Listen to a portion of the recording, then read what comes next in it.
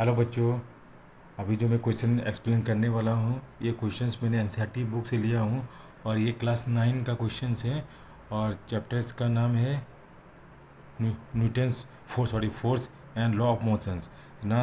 C the questions.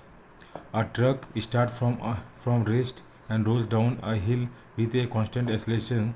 It travels a distance of 400 meters in 20 seconds. Find its accelerations. Find the force acting on it if its mass is 7 ton.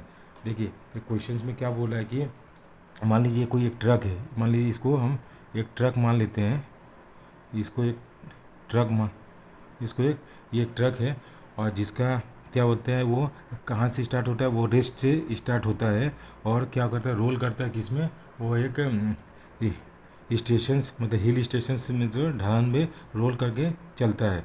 तो बोल रहा है कि वो कितना distance cover कर रहा है, वो 400 मीटर डिस्टेंस कवर कर रहा है 20 सेकंड में। तो हमको क्या बोल रहा है निकालने के लिए, एक्सेलरेशंस निकालने बोल रहा है। और नेक्स्ट पार्ट में क्या बोल रहा है कि find the force acting on it if it mass is 7 ton. मतलब क्या है कि ये जो ट्रक्स का मास कितना है, 7 टन दिया है, तो हमको इसमें कितना फोर्स एग्जैक्ट हो रहा है वो हमको निकालने के लिए बोल रहा है।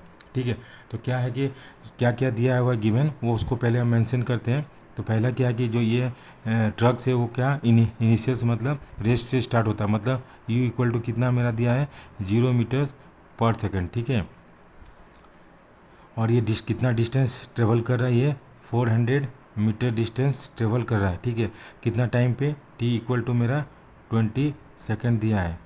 अब हमको क्या निकालना है, हमको एक्सेलरेशंस निकालना है। ये हमको डेटास हमको दिया है और एक चीज़ दिया है, मास इक्वल टू कितना दिया है, मास इक्वल टू मेरा 7 टन्स, मतलब कितना हो गया 7000 kg।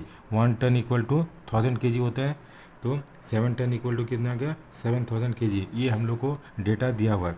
अब हमने क्या किया था, मोशन चैप्टर्स में हमने पढ़ा था क्या, सेकेंड लॉ ऑफ मोशंस में कि s equal to u t plus half a t square पढ़े थे। ठीक है, अब क्या किया, इस फार्मूला में जो जो डेटा है इसको यहाँ पे पुट करते हैं। तो एस का वैल्यू कितना है 400 इक्वल टू यू मेरा कितना है 0 और टाइम कितना दिया था 20 सेकेंड प्लस हाफ इंटू ए का वैल्यू दिया नहीं हुआ है इंटू टी का 20 सेकेंड मतलब 20 का स्क्वायर, ये हमको दिया हुआ है। अब देखिए इसको हम सॉल्व करते हैं, कितना हो गया 400 इज इक्वल टू ये पूरा 0 हो गया प्लस हाफ इंटू ए इंटू कितना हो गया 20 400। अब हम इस यहाँ से ए का वैल्यू निकालते हैं, तो that is a equal to कितना हो गया 400 डिवाइड इंटू ये क्या ऊपर आ गया तो 2 हो गया डिवाइडेड बाय 400, ये इसको कैंसिल हो गया। तो मेरा जो ए का वैल्यू मतलब एक्सेलरेशन का वैल्यू कितना है, एक्सेलरेशन का दैट इज 2 मीटर पर सेकेंड स्क्वायर।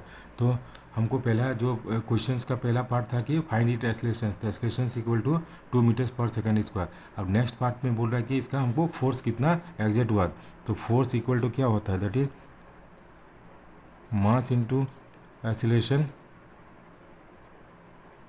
ठीक है, तो दैट इज मास कितना दिया है 7000 इंटू एक्सेलरेशन 2, तो इसको मल्टीप्लाई करते तो कितना आ गया 7 टू 14, 1 2 3, इतना मेरा न्यूटन्स हो गया। तो सेकंड पार्ट का क्वेश्चंस का सेकंड पार्ट का आंसर्स क्या है यहाँ के, हमको फोर्स निकालने बोला था, तो फोर्स मेरा कितना हो गया 1400 newton. So these are the answers of this question. Thank you for watching this video and have a nice day.